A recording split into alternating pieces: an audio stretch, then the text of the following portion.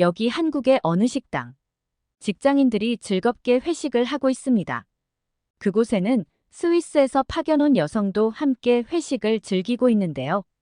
그때 식당 사장님이 테이블로 주문한 음식을 가져다 주고 스위스 여성은 식당 사장님이 가져온 음식을 보자마자 한국 음식 너무 잔인하고 비위생적이라고 말하며 자리를 박차고 나가버리는데 대체 무슨 사연일지 오늘 사연 시작하겠습니다. 안녕하세요. 저는 마리안네 밀러예요. 스위스 취리히의 한 다국적 기업에서 마케팅 전문가로 일하고 있었죠. 제 능력을 자부하며 유럽에서 성공적인 경력을 쌓아왔어요. 화려한 도시 취리히의 세련된 사무실에서 일하며 매일 아침 알프스에 눈 덮인 봉우리를 바라보며 출근하는 게 일상이었죠. 유럽의 여러 나라를 돌아다니며 프로젝트를 진행하고 다양한 문화를 접하는 것이 제 자랑이었어요. 그러던 어느 날 상사가 저를 불렀어요. 평소와 다른 진지한 표정에 약간 긴장했죠. 상사는 저에게 1년간 한국 지사로 파견 근무를 가달라고 요청했어요. 이 제안에 당황했어요. 제게 한국은 단지 삼성과 현대, 그리고 K-팝 정도로만 알려진 먼 나라였거든요. 솔직히 말하면 내심 아시아 국가들을 경제적으로나 문화적으로 유럽보다 뒤떨어진 곳으로 여기고 있었어요. 마지못해 수락했어요. 집으로 돌아와 짐을 싸면서 한숨을 쉬었죠. 편안한 제 아파트, 좋아하는 카페, 주말마다 가던 미술관들을 1년간 못 보게 된다고 생각하니 우울해졌어요. 한국행 비행기에 몸을 실으며 1년만 견디자라고 다짐했습니다. 13시간의 긴 비행 끝에 인천공항에 도착했어요. 공항은 생각보다 현대적이고 깨끗해서 조금 놀랐죠. 하지만 주변의 모든 것이 낯설었어요. 한글로 된 간판들, 바쁘게 오가는 사람들. 모든 게 새롭고 혼란스러웠죠. 마치 다른 행성에 온 것 같은 기분이었어요. 그런데 공항에서 첫 번째 놀라운 경험을 했어요. 공항철도를 타고 서울로 가는데 기차 안에서 무료 와이파이가 제공되는 거예요. 게다가 속도가 엄청 빨랐죠. 스위스에서도 이런 서비스는 본 적이 없었어요. 열차에서 이런 서비스가 가능하다고 라는 생각이 들었죠. 이게 한국의 첫 인상이었어요. 서울에 도착한 다음 날 한국 지사의 직원들과 만났어요. 정장을 차려입고 자신감 있는 모습으로 회의실에 들어섰죠.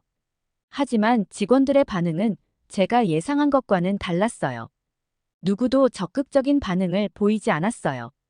환호도 환영의 말도 없었죠. 그저 공손한 미소뿐이었어요. 그들의 태도가 무례하다고 느꼈죠. 내가 여기까지 와서 도와주겠다는데 이게 뭐야? 라고 생각했어요. 하지만 회의실의 설비는 정말 인상적이었어요.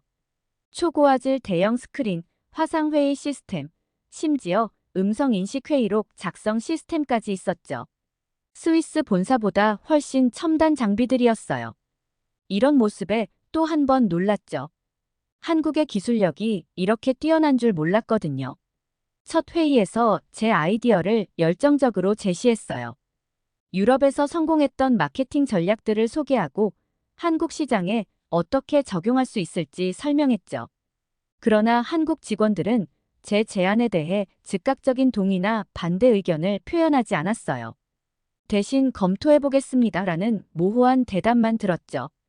왜 이렇게 소극적인 거지? 내 제안이 마음에 들지 않는다면 솔직히 말해야 하는 것 아닌가? 속으로 생각했어요. 유럽에서는 회의 중 활발한 토론과 의견 교환이 일반적이었는데 이곳의 분위기는 너무 달랐어요. 답답함을 느꼈죠. 회의가 끝나고 사무실을 둘러보는데 또 다른 문화 충격을 받았어요. 책상들이 다닥다닥 붙어 있고 개인의 공간이 거의 없어 보였어요. 유럽의 넓은 개인 사무실에 익숙해진 저에겐 이런 환경이 답답하게 느껴졌죠.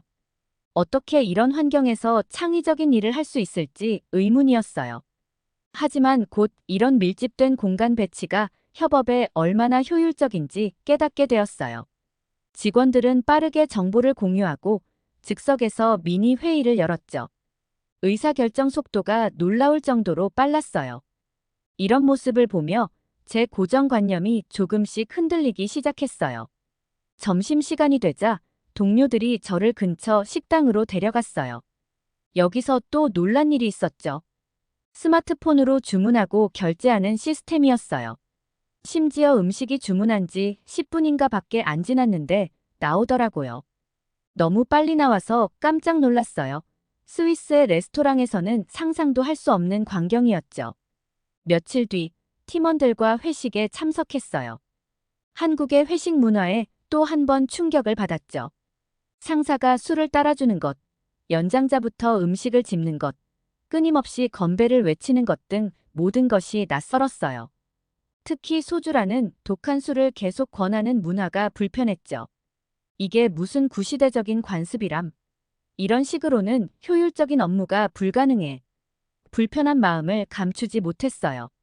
술을 거절하려고 했지만 팀원들의 눈치가 보여 어쩔 수 없이 마시게 되었죠. 다음 날 아침, 심한 숙취로 고생했어요. 그런데 이날 밤 또 다른 경험을 했어요. 늦은 시간에 택시를 타고 집에 돌아가는데 택시 기사님이 카드 결제를 거부하지 않더라고요. 스위스에서는 택시에서 카드 결제가 안 되는 경우가 많아서 항상 현금을 준비해야 했거든요. 게다가 택시 안에 설치된 내비게이션 시스템이 실시간으로 교통정보를 반영해 최적의 경로를 찾아주더라고요. 다음 날 아침, 전날 밤늦게까지 회식을 했음에도 불구하고 모든 직원들이 정시에 출근하는 것을 보고 또 한 번 놀랐어요. 그들의 피곤한 표정과 늦은 퇴근 시간을 보며 한국의 직장 문화에 대해 복잡한 감정이 들었죠. 이렇게 야근이 많아서야 어떻게 일과 삶의 균형을 맞출 수 있을까? 라고 생각했어요. 한국의 빠른 속도와 효율성에 감탄하면서도 이런 조직 문화가 개인의 삶의 질에 미치는 영향에 대해 고민하게 되었죠. 하지만 동시에 한국 회사의 빠른 의사결정과 실행력에 감탄하지 않을 수 없었어요. 아침에 회의에서 결정된 사항이 오후에는 이미 실행되고 있었죠. 스위스에서는 상상도 할 수 없는 속도였어요. 이런 모습을 보며 한국 기업의 경쟁력이 어디서 오는지 조금씩 이해하기 시작했어요. 주말에는 혼자 서울을 돌아다녀 봤어요. 번화가의 네온사인, 끝없이 이어지는 고층 빌딩들, 그리고 어디서나 들리는 K-팝 음악. 모든 것이 새롭고 흥미로웠어요. 그런데 이 와중에 또 엄청난 점을 발견했죠. 거리 곳곳에 공공 와이파이가 설치되어 있는 거예요. 심지어 지하철에서도 인터넷이 끊기지 않았어요. 카페에 들어가 커피를 주문하려는데 현금을 내자 직원이 어리둥절한 표정을 지었어요. 주변을 둘러보니 모든 사람들이 스마트폰으로 결제하고 있더라고요. 스위스에서는 아직도 많은 가게에서 현금만 받는 곳이 있는데 말이에요. 이런 편리함에 점점 매료되기 시작했어요. 한국어를 전혀 모르는 상태에서 의사소통하는 것도 큰 어려움이었어요. 하지만 이 부분에서도 한국의 기술력에 놀랐어요. 번역 앱을 사용해 보니 실시간으로 꽤 정확한 번역이 되더라고요. 심지어 음성 인식으로 대화를 번역해주는 기능도 있었어요. 이런 도구 덕분에 기본적인 의사소통은 크게 어렵지 않았죠. 한 달이 지나고 점점 한국 생활에 적응해 가고 있었어요. 하지만 여전히 일부 문화적 차이로 인해 어려움을 겪고 있었죠. 제 제안은 대부분 받아들여지지 않았고 동료들과의 관계도 표면적으로만 좋아 보였어요. 회의에서 제 의견을 말하면 항상 검토해 보겠습니다라는 답변만 들었고 실제로 변화는 일어나지 않았어요. 점점 자신감을 잃어갔죠. 그러던 어느 날 제 팀원인 김 과장이 조심스럽게 다가왔어요. 그는 영어를 잘해서 종종 대화를 나누곤 했죠. 김 과장은 한국의 기업 문화에 대해 설명해 주었어요. 팀의 합의와 상사의 승인이 중요하다는 것, 직접적인 의견 표현보다는 간접적인 방식을 선호한다는 것, 그리고 이것이 무례함이 아니라 조화를 중시하는 문화의 일부라는 것을요. 김 과장의 말에 처음으로 제 행동을 되돌아보게 되었어요. 한국 문화를 이해하려는 노력 없이 판단했다는 것을 깨달았죠. 그동안 제가 얼마나 자기중심적으로 행동했는지 알게 되었어요. 김 과장의 설명을 들으며 제 편견에 대해 부끄러워졌어요. 그동안 제가 얼마나 좁은 시야로 한국 문화를 바라보고 있었는지 깨달았죠. 이 대화는 제 한국 생활의 전환점이 되었어요. 처음으로 제 자세를 돌아보고 새로운 문화를 받아들이려는 마음가짐을 갖게 되었죠. 김 과장과의 대화 이후 한국 문화를 이해하려고 적극적으로 노력했어요. 한국어 수업을 듣기 시작했고 주말마다 한국의 역사 유적지와 박물관을 방문했죠. 처음에는 어색했지만 점차 한국어로 간단한 대화를 나눌 수 있게 되었어요. 이 과정에서 한국의 기술력과 편리함에 더욱 놀라게 되었어요. 예를 들어 한국어 학습 앱을 사용해 봤는데 인공지능이 제 발음을 교정해주고 맞춤형 학습 콘텐츠를 제공하더라고요. 스위스에서 사용하던 언어 학습 앱과는 차원이 달랐어요. 또 한 번 놀란 것은 배달 문화였어요. 스마트폰 앱으로 거의 모든 것을 배달시킬 수 있다는 게 신기했죠. 심지어 새벽에 급하게 필요한 물건도 몇 시간 내에 받을 수 있더라고요. 스위스에서는 상상도 할 수 없는 서비스였어요. 이런 편리함이 일상이 된 한국 사회를 보며 제가 얼마나 좁은 세상에서 살았는지 깨달았어요. 의료 시스템도 인상적이었어요. 한 번은 가벼운 감기에 걸려 병원에 갔는데 접수부터 진료, 약 처방까지 모든 과정이 디지털화되어 있어 굉장히 빠르고 효율적이었죠. 게다가 의료비도 스위스에 비해 훨씬 저렴했어요. 이런 시스템이라면 아프거나 다쳤을 때 훨씬 안심이 되겠다는 생각이 들었어요. 대중교통 시스템도 놀라웠어요. 지하철과 버스가 완벽하게 연계되어 있고 실시간으로 도착 정보를 확인할 수 있었죠. 교통카드 하나로 모든 대중교통을 이용할 수 있다는 점도 편리했어요. 심지어 택시도 앱으로 쉽게 호출할 수 있고 경로와 요금이 투명하게 공개되어 있어 안심이 되더라고요. 이런 경험들을 하면서 제가 가지고 있던 한국에 대한 선입견이 완전히 무너졌어요. 오히려 많은 면에서 한국이 스위스보다 앞서 있다는 생각이 들었죠. 한국 생활 3개월 차에 접어들었을 때 저는 한국 음식에 조금씩 익숙해지고 있었어요. 하지만 여전히 이해할 수 없는 음식 문화들이 있었죠. 특히 산낙지라는 음식을 처음 접했을 때의 충격은 잊을 수 없어요. 어느 날 저녁 회사 동료들과 회식을 갔어요. 분위기 좋은 해산물 전문점이었죠. 모두가 즐겁게 이야기를 나누고 있을 때 갑자기 웨이터가 이상한 접시를 가져왔어요. 잘게 썬 낙지가 아직도 꿈틀거리고 있었죠. 저는 눈을 의심했어요. 이게 뭐예요? 라고 물었더니 동료가 웃으면서 대답했어요. 산낙지예요. 아직 살아있는 낙지를 먹는 거예요. 정말 맛있어요. 순간 온몸에 소름이 돋았어요. 살아있는 생물을 그대로 먹는다니 너무 잔인하고 비위생적으로 느껴졌죠. 동물 학대라는 생각도 들었어요. 저는 단호하게 거절했어요. 죄송하지만 저는 못 먹겠어요. 이건 너무 잔인해요. 테이블의 분위기가 순식간에 어색해졌어요. 동료들은 당황한 표정을 짓고 있었죠. 저는 그 자리가 너무 불편해서 화장실로 도망치다시피 갔어요. 화장실에서 진정하고 있을 때 김 과장이 따라와 문을 두드렸어요. 저기 마리안네 씨, 괜찮아요? 잠깐 이야기 좀 할 수 있을까요? 김 과장은 산낙지 문화의 유래와 의미에 대해 설명해 주었어요.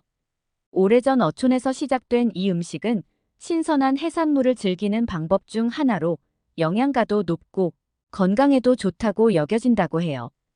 또한 낙지의 고통을 최소화하기 위해 순식간에 자르는 기술이 발달했다는 것도 알려주었죠. 물론 이 문화가 모든 사람에게 받아들여지는 건 아니에요. 한국인 중에도 산낙지를 먹지 않는 사람들이 많아요. 하지만 이것도 우리 문화의 일부이고 나름의 의미와 가치가 있는 거죠. 김 과장의 설명을 들으며 저는 제가 얼마나 편협한 시각으로 이 문화를 판단했는지 깨달았어요. 문화의 다양성을 인정하고 존중하는 것이 얼마나 중요한지 다시 한번 느꼈죠. 테이블로 돌아와 저는 동료들에게 사과했어요. 제가 너무 성급하게 판단했네요. 이해하려고 노력하겠습니다. 비록 직접 먹지는 않겠지만 여러분의 문화를 존중하겠습니다. 이 말에 동료들은 오히려 고마워했어요. 그들은 제가 이해하려고 노력하는 모습에 감동받았다고 해요. 그 후로 우리는 한국과 스위스의 음식 문화에 대해 더 많은 대화를 나누게 되었고 서로의 문화를 이해하는 폭이 넓어졌죠. 한국의 역사를 배우면서 이 나라가 얼마나 많은 시련을 겪었는지 알게 되었어요. 식민지 시대, 한국 전쟁, 그리고 급속한 경제 발전. 이런 역사적 배경이 현대 한국 사회와 문화를 형성했다는 것을 이해하게 되었죠. 한국인들의 근면성과 빠른 변화에 대한 적응력이 어디서 왔는지 조금씩 이해하기 시작했어요. 점차 한국 문화의 깊이와 아름다움을 발견하기 시작했어요. 고궁의 우아한 건축물, 한복의 세련된 디자인, 한식의 다양한 맛에 매료되었죠. 특히 한국인들의 정문화에 깊은 인상을 받았어요. 처음에는 이해하기 어려웠던 회식 문화도 이제는 팀의 결속력을 다지는 중요한 시간으로 받아들이게 되었어요. 물론 여전히 과도한 음주는 피하려고 노력했지만 동료들과 편안한 분위기에서 대화를 나누는 것이 즐거워졌죠. 한국 음식에 대한 저의 태도도 많이 바뀌었어요. 처음에는 맵고 자극적인 맛에 적응하기 힘들었지만 이제는 김치와 된장찌개를 즐기게 되었죠. 특히 삼겹살과 소주의 조합이 의외로 맛있다는 걸 발견했어요. 동료들과 삼겹살을 구워 먹으며 나누는 대화는 이제 제가 가장 기대하는 시간 중 하나가 되었어요. 음식을 통해 문화를 이해하고 사람들과 소통하는 방법을 배웠죠. 업무에서도 큰 변화가 생겼어요. 제 아이디어를 제안하기 전에 팀원들과 비공식적으로 의견을 나누기 시작했죠. 한국식 소통 방식을 배우면서 직접적인 표현 대신 간접적으로 의견을 전달하는 방법을 익혔어요. 예를 들어, 이 방법은 효율적이지 않아요 라고 직접적으로 말하는 대신 다른 방법도 고려해보면 어떨까요? 라고 제안하는 식이죠. 이런 방식으로 소통하니 팀원들의 반응도 훨씬 좋아졌어요. 또한 한국식 업무 방식의 장점을 이해하게 되었어요. 처음에는 비효율적으로 보였던 긴 회의 시간이 실은 모든 팀원의 의견을 듣고 합의를 이루는 중요한 과정이라는 걸 알게 되었죠. 밤늦게까지 일하는 것이 단순한 비효율이 아니라 목표 달성을 위한 헌신의 표현일 수 있다는 것도 이해하게 되었어요. 그러면서도 한국 기업들이 일과 삶의 균형을 위해 노력하고 있다는 점도 알게 되었어요. 제가 일하는 회사에서도 유연근무제를 도입하고 정시 퇴근을 장려하는 등의 변화가 있었죠. 이런 모습을 보며 한국 사회가 얼마나 빠르게 변화하고 적응하는지 다시 한번 놀랐어요. 주말에는 한국의 여러 곳을 여행하기 시작했어요. 부산의 해운대 해변, 경주의 불국사, 제주도의 아름다운 자연. 각 지역마다 독특한 매력이 있다는 걸 알게 되었죠. 이런 여행을 통해 한국의 다양한 모습을 보게 되었고 이 나라에 대한 이해도 더욱 깊어졌어요. 특히 한국의 산과 바다가 공존하는 풍경에 매료되었어요. 서울 근교의 북한산에 올라 도시 전경을 내려다보며 자연과 현대 문명이 조화롭게 어우러진 모습에 감탄했죠. 강원도의 깊은 산속에서 템플스테이를 체험하며 한국 불교의 정신적 깊이를 느꼈어요. 이런 경험들은 스위스의 알프스와는 또 다른 매력으로 다가왔죠. 한국의 계절 변화도 인상적이었어요. 봄의 벚꽃, 여름의 푸르른 녹음, 가을의 단풍, 겨울의 설경.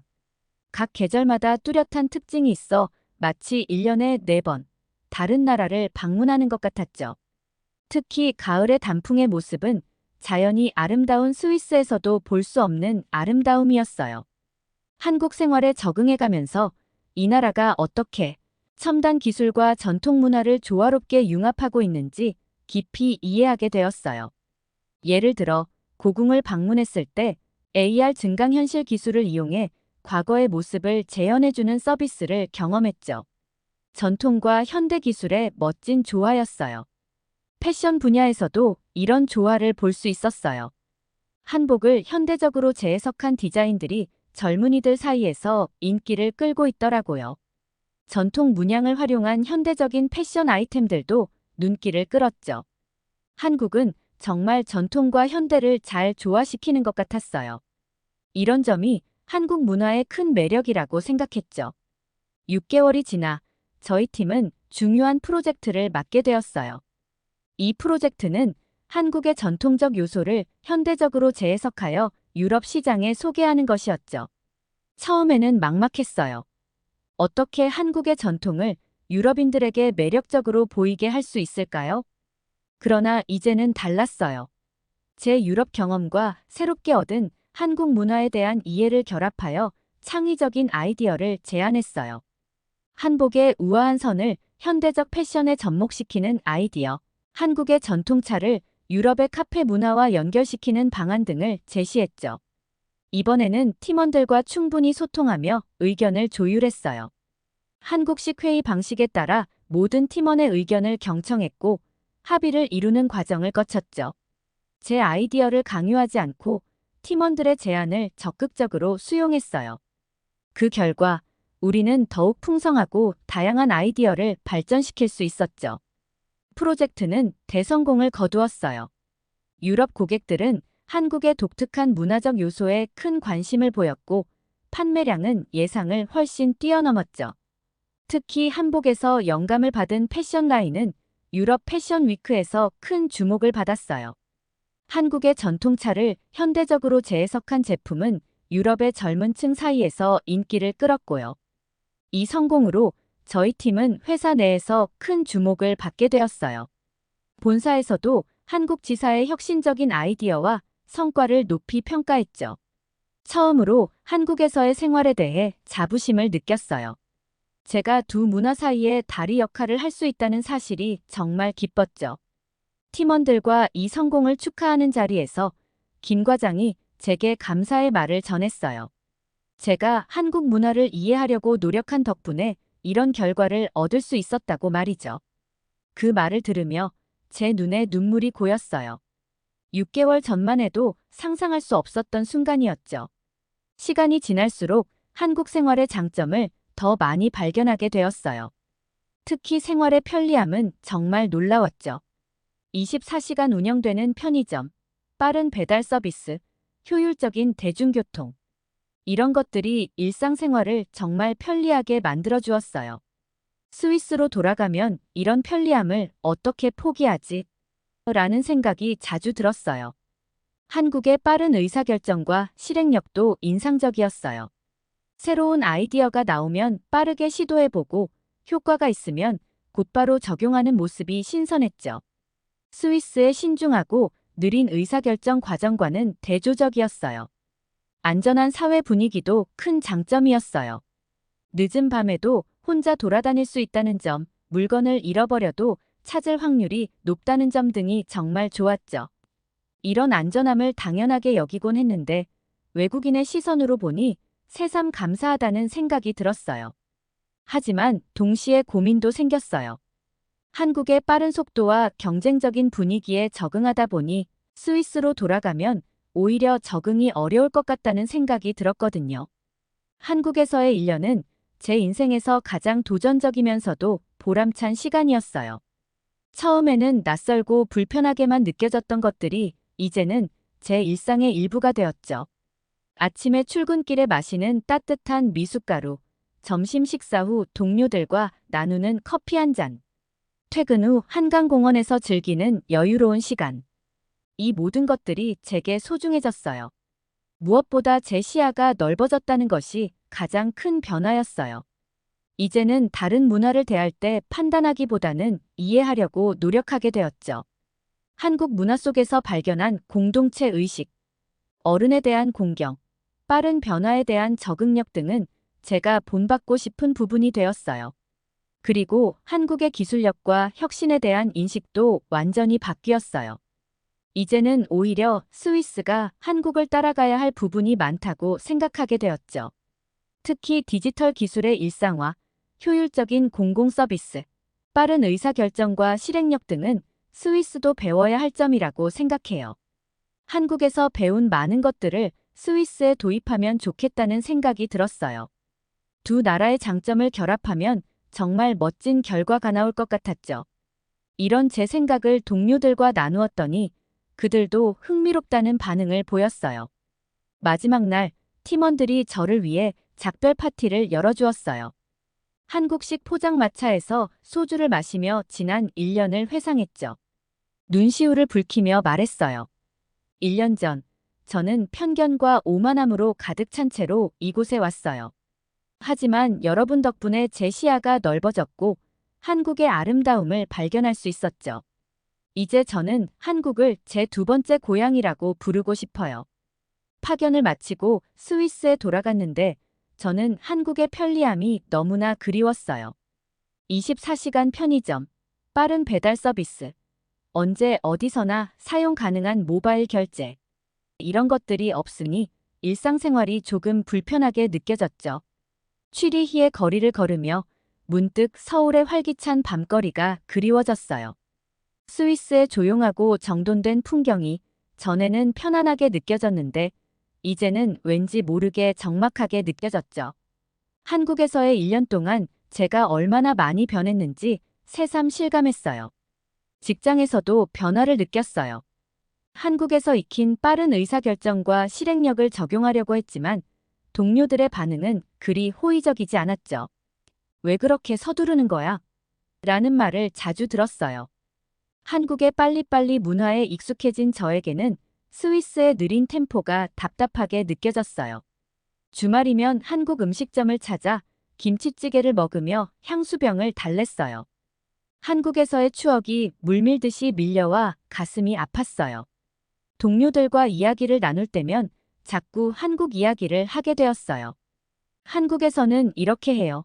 한국의 이 시스템은 정말 효율적이에요라는 말을 자주 했죠. 동료들은 처음에는 관심 있게 들었지만 점점 지루해하는 것 같았어요. 그제서야 제가 얼마나 한국의 마음을 뺏겼는지 깨달았죠. 밤에 잠들기 전 서울에서 찍은 사진들을 보며 그 시간으로 돌아가고 싶다는 생각을 자주 했어요. 이제 한국은 제 인생의 큰 부분이 되었고 그리움의 대상이 되었어요. 그런데 얼마 전에 제게 정말 좋은 일이 생겼어요. 상사가 저를 불러 이번에 다른 프로젝트로 한국지사 2년 파견을 제안한 거예요. 그 말을 듣는 순간 저는 너무 행복했어요. 가슴이 두근거리고 온몸에 전율이 흘렀죠. 마치 오랫동안 기다려온 연인을 다시 만나게 된 것 같은 기분이었어요. 처음 한국에 파견 가게 되었을 때와는 확연히 다른 모습이었죠. 상사의 제안을 듣자마자 저는 망설임 없이 네, 꼭 가고 싶습니다. 라고 대답했어요. 제 목소리에 담긴 열정과 기쁨을 숨길 수 없었죠. 상사는 제 반응을 보고 미소 지으며 한국에서 정말 좋은 경험을 했나 보네요 라고 말했어요. 그날 밤 잠들기 전까지 계속 한국으로 돌아가는 상상을 했어요. 서울의 밤거리를 걷는 모습, 동료들과 함께 회식하는 장면, 한강에서 자전거를 타는 모습. 이 모든 것들이 제 머릿속을 가득 채웠죠. 설레는 마음을 진정시키기 어려웠어요. 다음 날부터 바로 한국행을 준비하기 시작했어요. 이번에는 1년 전과는 달리 모든 것이 즐거웠어요. 짐을 싸면서 한국에서 필요할 물건들을 하나하나 고르는 것조차 행복했죠. 한국어 책을 다시 펴들고 공부하기 시작했고 한국 뉴스를 찾아보며 최근 소식들을 확인했어요. 친구들과 가족들에게 이 소식을 전했을 때 그들은 제 변화에 놀라워했어요. 1년 전만 해도 한국에 가기 싫어했잖아. 무슨 일이 있었던 거야? 라고 물었죠. 저는 웃으면서 대답했어요. 한국이 나를 완전히 바꿔놓았어. 이제 저는 한국에서의 2년을 새로운 마음가짐으로 시작하려고 해요. 이번에는 처음부터 열린 마음으로 모든 것을 받아들이고 더 깊이 한국 문화를 이해하고 싶어요. 한국어 실력도 더욱 향상시켜서 동료들과 더 깊이 있는 대화를 나누고 싶고 한국 사회에 더 깊이 융화되고 싶어요. 다음 주에 드디어 한국으로 떠나네요. 빨리 시간이 지나갔으면 좋겠어요. 제 두 번째 한국 생활 많이 응원해주세요. 사연 보내주신 마리안네 밀러님 감사합니다. 이번에 한국으로 오시면 더 행복한 추억을 많이 만드시길 바래요. 오늘 사연이 재미있으셨다면 구독과 좋아요, 알림 설정까지 부탁드려요. 더 재미있는 사연으로 돌아오겠습니다. 이상 감동 탐험이었습니다.